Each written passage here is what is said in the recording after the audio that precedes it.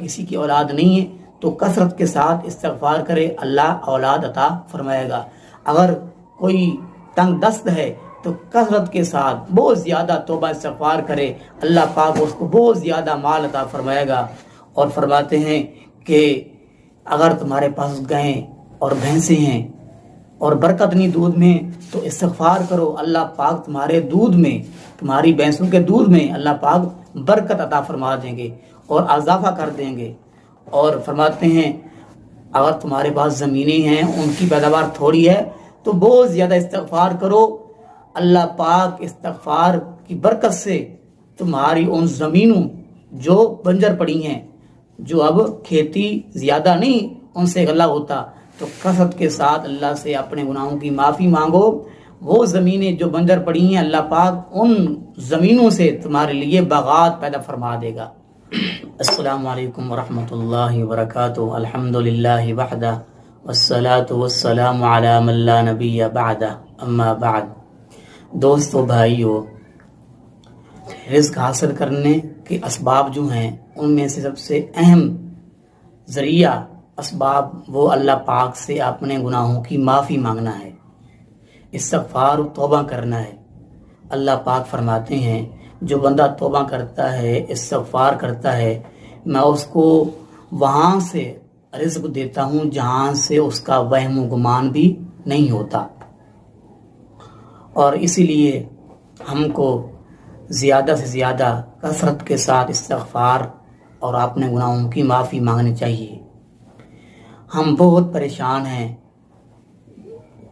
کسی کو جس سے پوچھیں بھئی کیوں پریشان ہو، روزی کی پریشانی ہے اور رزق کی پریشانی ہے، ہر بندہ پریشان ہے۔ تو یہ پریشانی ہمارے گناہوں کی وجہ سے آتی ہے، یہ ہمارے گناہ ہیں۔ تو برکیف میں اپنی بات کا آغاز کرتا ہوں۔ میرے بھائیو دوستو، بہت سارے لوگ ہیں جن کا یہ خیال ہے، جو یہ کہتے ہیں کہ استغفار اور توبہ کا تعلق صرف زبان کے ساتھ ہے۔ نہیں، زبان کے ساتھ نہیں، بلکہ زبان اور عمل دونوں کے ساتھ اس کا تعلق ہے، دونوں کے ساتھ استغفار کا تعلق ہے۔ اور وہ بندے کہتے رہتے ہیں زبان کے ساتھ استغفر اللہ واتوب الیہ، اے اللہ میں تجھ سے اپنے گناہوں کی معافی چاہتا ہوں اور اپنے گناہوں سے تائب ہوتا ہوں، یہ تو کہتے رہتے ہیں، لیکن ان الفاظ کا اثر نہ ان کے دلوں پر ہوتا ہے اور نہ ہی ان کے عمل سے دکھائی دیتا ہے۔ یعنی زبان سے وہ کہتے رہتے ہیں استغفر اللہ استغفر اللہ استغفر اللہ، زبان کے کہنے سے کچھ نہیں بنتا جب تک اعمال کے ذریعے، عمل کے ذریعے اس کی تصدیق نہ کریں۔ تو برکیف دوستو، اس بارے میں دو علماء کرام کے قول ہیں، وہ میں آپ کو سناتا ہوں۔ علامہ راغب اصفہانی لکھتے ہیں، کہتے ہیں شریعت میں توبہ کا مطلب گناہوں کو ان کی قباحت کی وجہ سے چھوڑ دینا ہے۔ گناہوں کو اس کی قباحت، اس کی برائی کی وجہ سے گناہ کو چھوڑ دینا، کہتے ہیں شریعت میں اس کا نام توبہ ہے۔ اور کہتے ہیں کہ اپنی غلطی پر نادم ہونا، شرمندگی اختیار کرنا، ندامت اختیار کرنا اور آئندہ نہ کرنے کا عزم کرنا، اور کہتے ہیں اس کا نام توبہ ہے۔ اور کہتے ہیں جب یہ شرائط پوری ہوں گی تو پھر توبہ قبول ہوگی۔ اور اسی طرح علامہ راغب اصفہانی رحمۃ اللہ علیہ استغفار کے بارے میں کہتے ہیں کہ استغفار قول اور فعل دونوں کے ساتھ اپنے گناہوں کی معافی مانگنا، اس کا نام استغفار ہے۔ اور اسی طرح اللہ رب العالمین کا ارشاد بھی ہے، فرمایا استغفروا ربکم انہ کان غفارا، کہ تم اپنے رب سے اپنے گناہوں کی معافی مانگو، بے شک اللہ پاک بہت زیادہ معاف کرنے والے ہیں۔ اور اس ارشاد میں اللہ رب العالمین نے صرف زبان سے معافی اور توبہ کا نہیں فرمایا، بلکہ زبان اور عمل دونوں کے ذریعے فرمایا کہ تم دونوں کے ذریعے مجھ سے اپنے گناہوں کی معافی مانگو، میں بہت زیادہ معاف کرنے والا ہوں، بے شک میرا اللہ بہت زیادہ معاف کرنے والا ہے اور معاف کرنا اس سے بے حد پسند ہے۔ امام نووی رحمۃ اللہ علیہ فرماتے ہیں کہ ہر گناہ سے توبہ کرنا واجب ہے، اور کہتے ہیں اگر اس گناہ کا تعلق اللہ کے ساتھ ہے، بندے نے گناہ کیا، اس گناہ کا تعلق اللہ کے ساتھ ہے، تو کہتے ہیں اس گناہ سے توبہ کرنے کی 3 شرائط ہیں۔ کہتے ہیں اس گناہ کو چھوڑ دے بندہ، پہلی شرط، اور دوسری کہتے ہیں اس پر نادم ہو، شرمندگی اختیار کرے، اور تیسری کہتے ہیں کہ اس بات کا عزم کرے کہ آئندہ میں یہ گناہ نہیں کروں گا۔ اور کہتے ہیں اگر ان 3 شرطوں میں سے کوئی ایک شرط بھی رہ جاتی ہے تو اس کی توبہ درست صحیح نہیں ہوگی۔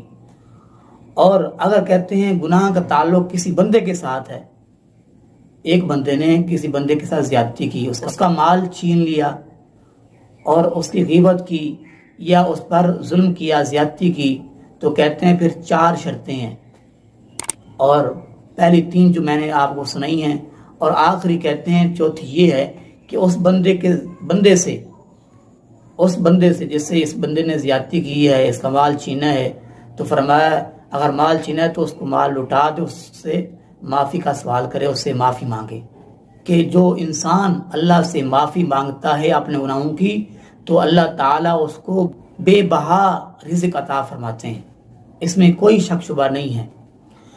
اللہ رب العالمین نے ارشاد فرمایا کہ سیدنا نوح علیہ السلام نے اپنی قوم سے یہ فرمایا کہ فَقُلْتُ اسْتَغْفِرُوا رَبَّكُمْ إِنَّهُ كَانَ غَفَّارًا، کہ تم اپنے رب سے اپنے گناہوں کی معافی مانگو، إِنَّهُ كَانَ غَفَّارًا، بے شک وہ بہت زیادہ معاف کرنے والا ہے، يُرْسِلِ السَّمَاءَ عَلَيْكُمْ مِدْرَارًا، وہ آسمان سے تم پر موسلادھار بارش برسائے گا، اور فرمایا وَيُمْدِدْكُمْ بِأَمْوَالٍ وَبَنِينَ، اور تمہارے مالوں میں بیٹوں میں اضافہ کر دے گا۔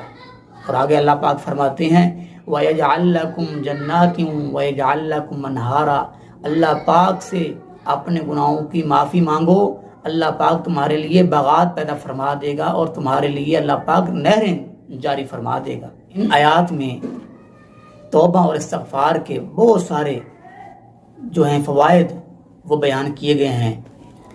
پہلا فائدہ یہ ہے کہ اللہ پاک معاف کرنے والا ہے۔ جو انسان اللہ پاک سے توبہ کرتا ہے، اللہ پاک سے معافی مانگتا ہے، اللہ پاک نے فرمایا انہ کان غفارا، میں بہت زیادہ معاف کرنے والا ہوں۔ اور آگے فرمایا مجھ سے معافی مانگو، میں تمہارے اوپر بران رحمت موسلادھار بارش برساؤں گا، جس کے ذریعے اور سبزہ اگے گا اور اللہ کی رحمت آئے گی۔ کہ اللہ پاک فرماتے ہیں کہ اگر اولاد چاہتے ہو اور مال چاہتے ہو تو مجھ سے اپنے گناہوں کی معافی مانگو۔ اور فرمایا وَيُمْدِدْكُمْ بِأَمْوَالٍ وَبَنِينَ، یہ دلیل ہے، اللہ کا قرآن کہہ رہا ہے کہ میں تمہیں قوت دوں گا، میں تمہارے مالوں میں اور بیٹوں میں اضافہ کر دوں گا۔ معافی تو مانگ کے دیکھو، اللہ پاک فرماتے ہیں جو مجھ سے معافی مانگتا ہے میں اس کے لیے باغات جاری کر دیتا ہوں۔ اور اس کی دلیل کیا ہے؟ فرمایا وَيَجْعَلْ لَكُمْ جَنَّاتٍ، فرمایا تمہارے لیے اللہ پاک باغات پیدا فرما دے گا۔ اور فرمایا جو اللہ پاک فرماتے ہیں جو مجھ سے معافی مانگتا ہے میں اس کے لیے نہریں جاری کر دوں گا۔ اس کی دلیل کیا ہے؟ وَيَجْعَلْ لَكُمْ أَنْهَارًا، میں تمہارے لیے نہریں جاری کر دوں گا، جس نہروں سے تمہاری زمین سیراب ہوگی اور سبزہ جو ہے وہ نکالے گی، اور تم پر اللہ پاک کی رحمت نازل ہونا شروع ہو جائے گی۔